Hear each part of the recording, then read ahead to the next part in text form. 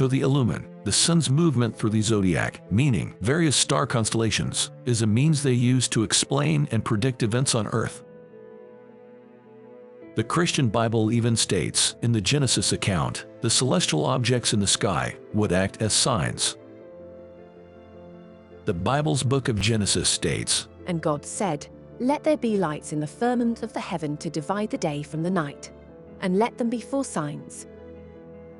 Genesis 1:14, NKJV. The English word signs is translated from a Hebrew word pronounced Alf. This Hebrew word gives reference to a signal in the sense of something that directs or something that would emit information to be seen beforehand. For instance, red spots on the face could be a sign of the measles. The three great faiths of today, Christianity, Islam, and Judaism, speak down against astrology, calling it the work of the devil. But here we see in the first chapter of Genesis, the Christian's Bible encourages astrology, which is the study of celestial bodies, for the purpose of receiving signs. To the saints and sages of ancient India, the great year was called the Yuga cycle. The Greco-Roman period called it the precession of the equinox. In his literature, Plato's Timaeus dialogue, the Greek philosopher Plato called the great year the perfect year. His perfect year described the return of the celestial bodies, planets and stars, to their original positions. According to the National Aeronautics and Space Administration, NASA, the great year is defined as the period of one complete cycle of the equinoxes around the ecliptic, about 25,800 years. In a nutshell, the great year is an approximate 26,000-year cyclical travel of our Sun. In its travels, our Sun moves in front of 12 star constellations. Each of the 12 constellations our Sun travels in front of possess relative, personified figures we call zodiac signs. And every age supposedly possesses its own unique characteristics. As the ancient mystery religions taught, Illuminati believes events on Earth are determined by which star constellation the Sun is in front of, or in astrological terms, events on Earth are determined by which house or room the Sun enters. Each day of the month was named after something like rabbit or deer or flint. And there are a series of these names that are identical in Asia and in Mexico.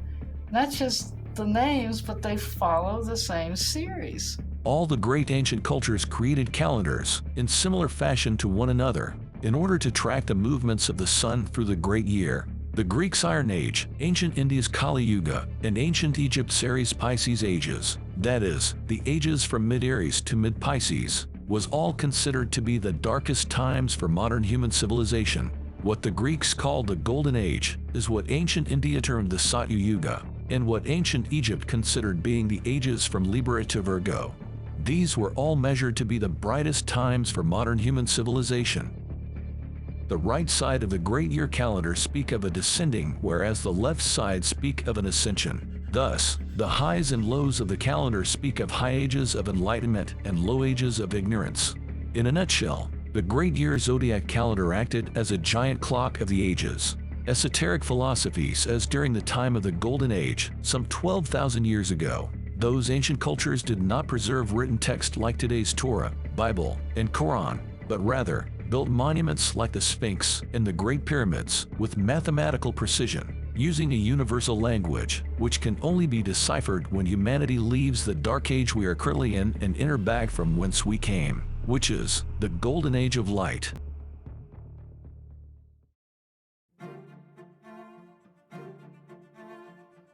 It was discovered in the 1990s by Adrian Gilbert and Robert Bauval that through the usage of modern-day astronomy software, they could calculate when the great year we are currently in began. They concluded the starting point of the great year cycle to be 10,300 BC. This would be the dawning of the age of Leo the Lion. The Great Sphinx of Egypt has its correlation with the star constellation Leo the Lion. Some 12,000 years ago, when the Great Sphinx was erected, during the age of Leo, The sun would rise in the east and shine directly on the face of the Great Sphinx while eclipsing the constellation Leo the Lion.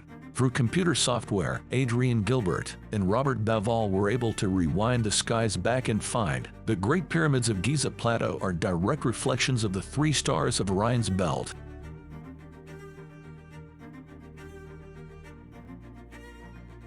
We were told in the past by Egyptologists that the narrow little tunnels or shafts leading out of the pyramids were designed by the architects to allow airflow through the structure. But Adrian and Robert computer software revealed something totally different.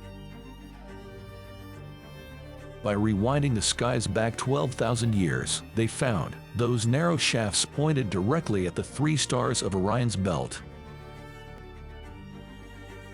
Note, the constellation Orion was the most significant constellation to the Egyptians. 10,300 BC, or 12,000 years ago, is when the Orion constellation, which is positioned on the celestial equator, would have a lowest declination of 48 degrees 53 seconds and an altitude at the meridian of 11 degrees 8 seconds. This date of discovery is now believed to be around the time the Great Pyramids of Giza was erected, along with the Great Sphinx. This new date of discovery for the age of humanity inspired Warner Brothers to create the blockbuster film 10,000 BC. For centuries, in accordance with the Bible's genealogy dating back to Adam and Eve in the Garden of Eden, religion has taught us humanity is only 6,000 years old. This notion was then corroborated over and over by Egyptology. But as the movie 10,000 BC showed, the world was already populated 12,000 years ago.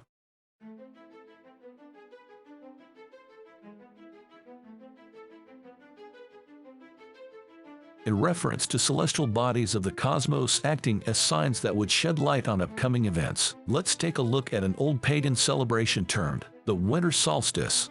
The winter solstice, which would eventually become Christmas in Christianity, is an astronomical phenomenon, a time of year in the northern hemisphere that marks the shortest day and the longest night of the year.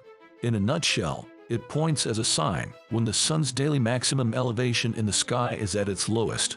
Winter solstice observation was a very important time to the ancients because communities were not certain of living through the winter and had to be prepared during the previous 9 months.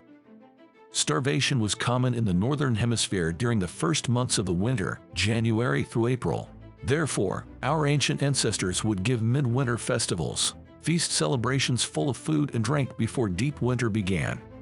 Most cattle were slaughtered before the winter celebrations, so they would not have to be fed during the winter.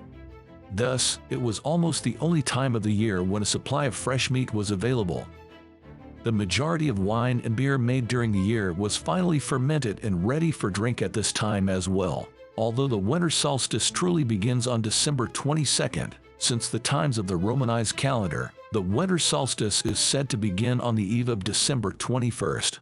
Now, if you're sick of leaving work after dark, here's some good news. Tonight marks the winter solstice, the shortest day and longest night in our calendar year, which means we've broken the back of winter. Yes, Kate Langbrook. It's also a special time of celebration for pagans who usually gather together for the festivities. And because of that, founder of the Pagan Awareness Network, David Garland, joins us now. Firstly, David, happy solstice. Just how big is tonight for you? It's one of the major ones for us. We have 4 major solar festivals, and this one being the shortest day of the year is pretty important to a lot of pagans. Why is the winter solstice significant? Not as much today, because today we've got heating and we've got food that can be trucked in from anywhere around the world. But the origins of the religion are northern, so they come from the northern hemisphere. And this day being the shortest day marked the return of the sun. It also meant the next 6 weeks were the hardest. So the next 6 weeks were the hardest for people to survive. In the northern hemisphere, in most places, the ground is now frozen solid. You can't grow any food, so you've only got food that you managed to collect and harvest before now. So this tends to be the scariest 6 weeks. It's the time of reflection. It's the time of surviving before it starts to turn around when we get to the mid-Sabbath and then again to the equinox. The word solstice is derived from a Latin word that literally means sun stand still.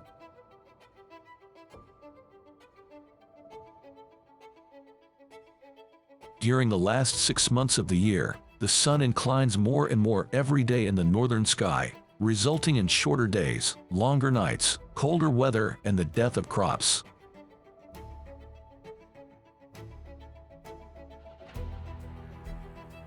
During the winter solstice, the sun in the sky seems to stop moving. This is to say, the sun seems to cease to decline in the northern skies because it does not move on the horizon. Therefore, it was taught by cultures throughout the ancient world that towards the end of each year, when the days got shorter and the nights got longer, their solar god, their personification of the sun, was dying.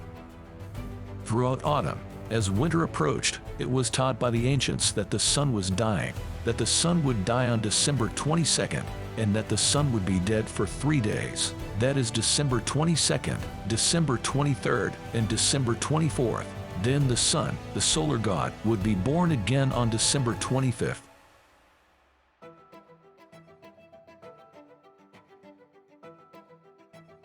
Note: on December 24th, the length of daylight reaches its minimum.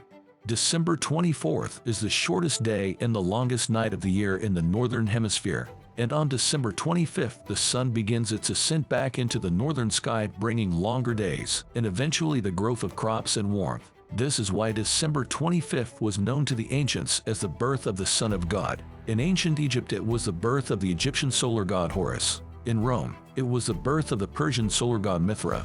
Today, instead of the birth of the solar son of gods of old, December 25th is now observed as the birth of the Son of God Jesus. Note: the true meaning of Easter is a celebration of light. Easter, which also derived from paganism, is when light officially overshadowed darkness as the length of daylight becomes longer than the length of night. Thousands of years before the entry of Christianity into the world, the winter solstice doctrine taught its pagan converts that their solar god was not only dead on December 22nd of every year, but he would be dead on a cross for 3 days before his rebirth. Their reason for teaching this was as follows. Every year during the winter solstice, when the sun is at a standstill, as I stated earlier in so many words, the stillness would last 3 days, from the 22nd of December through the 24th. During these 3 days, the sun in the sky would sit in the front of a star constellation called the Crux constellation, which is a grouping of stars shaped like a cross. The word crux translated to English from Latin is cross. Therefore, in relation to Horus and the other solar gods of old, the pagans believed and taught their solar god, their sun, died on the cross and was dead for 3 days. Thousands of years later, with the birth and explosion of Christianity on the scene, especially in Rome, this pagan teaching of the solar gods, with their annual 3-day deaths on the cross, was attached to the Christian Messiah Jesus.